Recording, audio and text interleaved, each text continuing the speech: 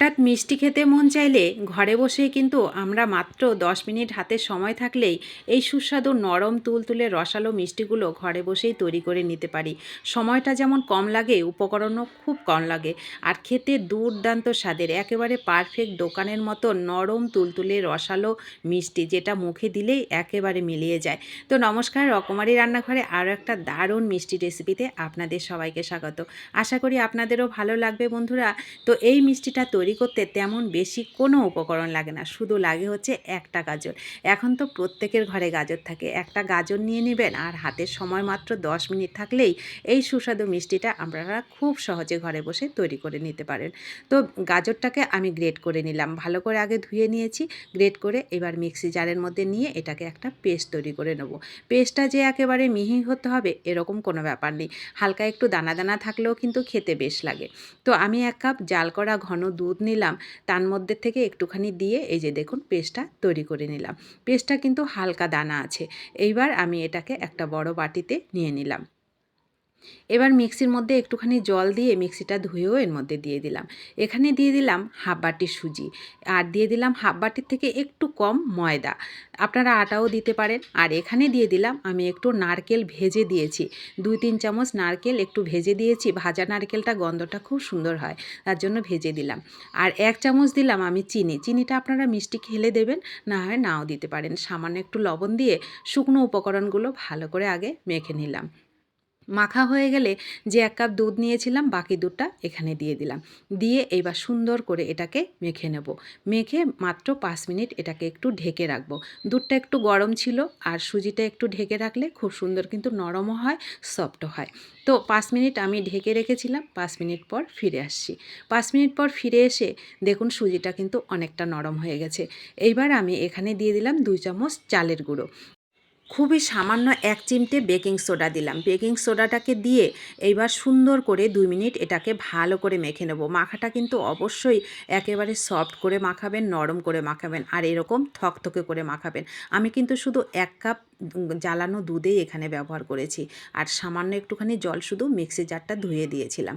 তো দেখুন এরকম থকথকে করে একেবারে সুন্দর করে ব্যাটারটা কিন্তু আমি রেডি করে নিয়েছি। তো ব্যাটার আমার রেডি হয়ে গেল। এইদিকে আমি 1 বাটি চিনি, 1 বাটি জল আর একটু 2টো এলাচ দিয়ে একদম চটচটে করে শিরাটাকে তৈরি করে নিয়েছি। শিরাটা তো সবাই তৈরি করতে পারেন কম বেশি, তো আমি আর ওটা দেখালাম না। শিরাটা তৈরি হয়ে গেছে, ওটা আমি ঢেকে রাখলাম, গরম থাকবে। আর এইদিকে একটা কড়াই বসিয়ে কড়াইতে তেল দিয়ে মিডিয়াম হিটে যখন তেলটা গরম হয়েছে তখন এই মালপোয়াগুলোকে দিয়ে দিলাম। মালপোয়াগুলো আমি ছোট ছোট করে দিয়েছি, তাহলে তাড়াতাড়ি হবে, আর দেখতেও কিন্তু সুন্দর লাগবে, খেতেও ভালো লাগবে।